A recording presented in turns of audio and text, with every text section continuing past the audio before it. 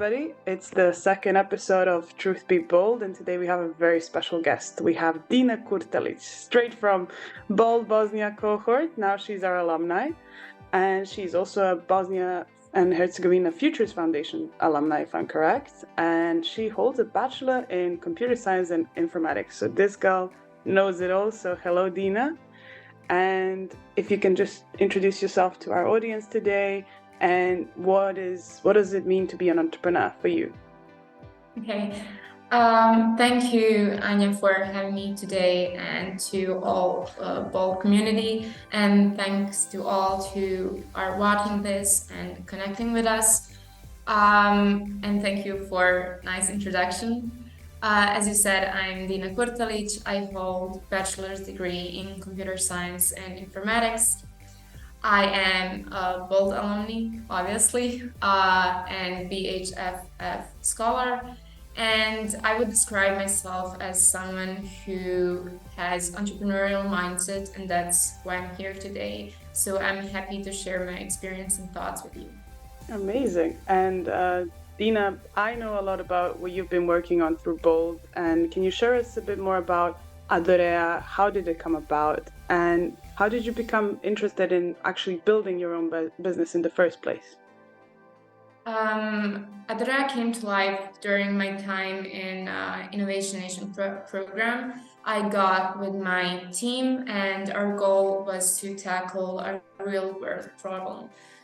So as we all know, personal safety these days isn't something we can take for granted, and many of us feel unsafe walking home at night, and we're often worrying about us or our beloved ones.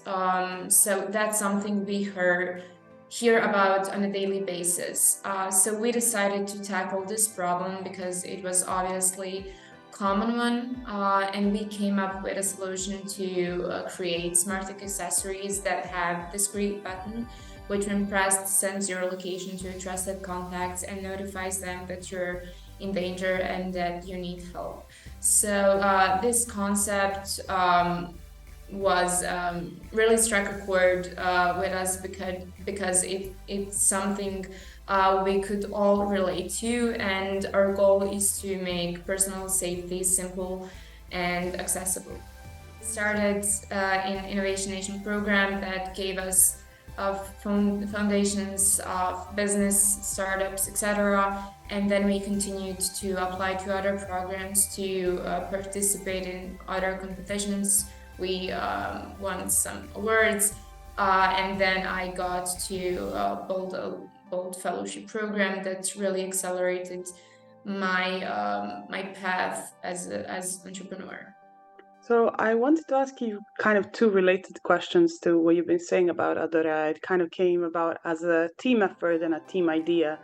What have been some of the main challenges in building such a huge and important app, especially because you're tackling some of the, how do people feel safe, ensuring that personal safety? That's a very personal matter. So how do you connect with your customers, and what are some of the challenges when you build an app or a platform like that? Yeah, market discovery is a continuous process. It isn't something that we can do with one survey, and it's the ultimate challenge of having a startup, because you have to continuously talk to your customers and discover what they actually need. And it's hard task because sometimes they don't even know what they need. So you have to talk with them, reiterate the process, go through many iterations, and pivot if necessary. So that's like the biggest problem. We have done one survey, and then we conducted all these answers to reevaluate the idea and our solution. Thinking about Adorea, and as you said, there's a lot of reiterations, pivoting, kind of tweaking the app into something else. How do you find that motivation and that energy to actually devote your time and work on a startup? Because I think many people think it's this linear thing of, you will reach certain milestones at a certain point, which would be ideal. But how do you deal with those setbacks, or how do you find the motivation to continue working on something like that? The truth is, none of us are motivated all the time. Yeah. You won't find motivation every day to work on your startup. We don't even have motivation to do some daily tasks every day, but it's something we have to live with, and we have to be consistent, because that's how we become successful. We cannot rely on motivation alone. So I think that it helps that you really need to believe in what are you building and doing, and that's what keeps you motivating on a long-term run. You have to find value in what you're bringing, and I think that your customers and their feedback is what keeps you going, because when they tell you that they need that product, then you find way to build that for them. But enjoying what you're doing is the way to prevent burnout, and way to succeed in a long term run. So you say you kind of receive this customer feedback, and it is this one of the ways you pull the energy from your customers. What is maybe, if you have it in your mind, a memorable moment or like a very special feedback you received about Adorea, for instance?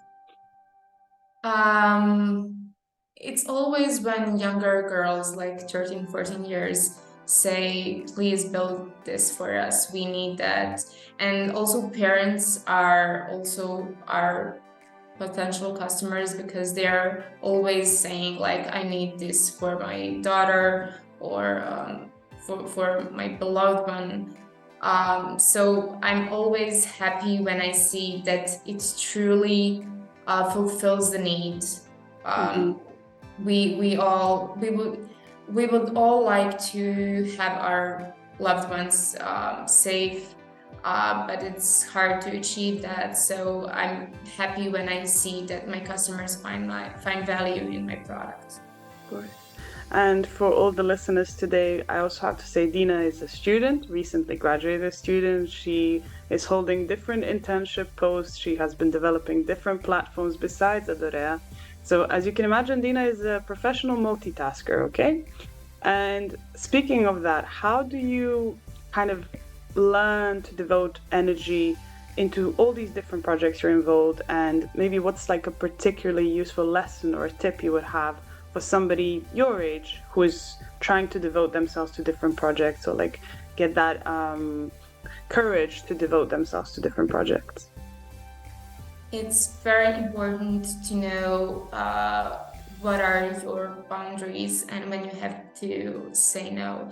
I thought before that resting is luxury, but it's really a necessity. And if you don't dedicate time for that, you won't be productive in any other area. So whether it's spending your time with your loved ones or engaging in activities you enjoy, you have to make breaks to recharge your energy.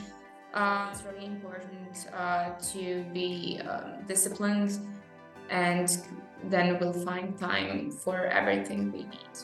And we've mentioned it a couple of times now during this conversation, this idea of burnout. And we created this vision of you can do it all. You can do studying, you can do working, you can complete everything you need to do. So how do you perceive burnout, and how do you deal with it if you've experienced it before? And I would also like if we could discuss this kind of negative connotation of being able to have it all. How do we kind of make peace with actually not being able to have it all? As you say, you're kind of drawing these boundaries, and resting is a necessity. First and foremost, I learned to recognize the signs early on, such as constantly feeling tired, lacking motivation, etc. So when I notice these symptoms, I always take a step back and reassess my workload. So as you said, you just have to find time for yourself, because you can have a lot of obligations in a short period of time, but that's not sustainable. So you have to find a way to sustainably be productive, and you can only do that when you really have your time organized. So yeah, learning to say no. It's also really important when I'm stretched and I can't give attention to things they deserve. I just step back and leave that for another time. And speaking of that ability to say no, that must be especially hard for a young entrepreneur. Somebody who's trying to build their business ground up, who's trying to get all the necessary funding or mentorship or advisory roles that you can have in order for the business to grow. So what have been, let's say, some of the main challenges for you that you've seen in the ecosystem of Bosnia, that you've seen is not particularly functional when you're trying to start a business, especially whilst keeping this ability of saying no to certain opportunities, but they might seem as the right fit, or that you have to pursue them? There are many opportunities in Bosnia, as there, for example, in US, but opportunities are there to be created, and we cannot just wait for opportunities to come to make something. But it's really hard to organize your time when you're really trying to build a startup and you're a student or intern. That's sometimes even impossible, but it helps to have effective team that will take your burden when you can't do some tasks. So I think that team is the key for a successful startup, because right team will find a way to keep their working and to eventually have their startup successful. So my advice to anyone starting startup is to really surround yourself with people you can work with, and to to look for soft skills and for character compatibility rather than just hard skills. Dina, before we kind of finish off, what are some of your role models or like specific entrepreneurs that have changed your outlook on how to build a business? There are actually a few of them. I would like to pinpoint Ned Lamigura, who gave me a lot of useful advice on business, on what investors look for, when are we investment ready, and things like that. Then Edi Trulstovic, who founded BH Futures Foundation. He taught me how entrepreneurship can be applied to other areas, like investing in your homeland, in education, building organization of young people who are fighting for a better tomorrow. And of course, Philip Sasic, who played important role in who I am today. He supported me in every conceivable manner, and he gave me motivation like no one else. So these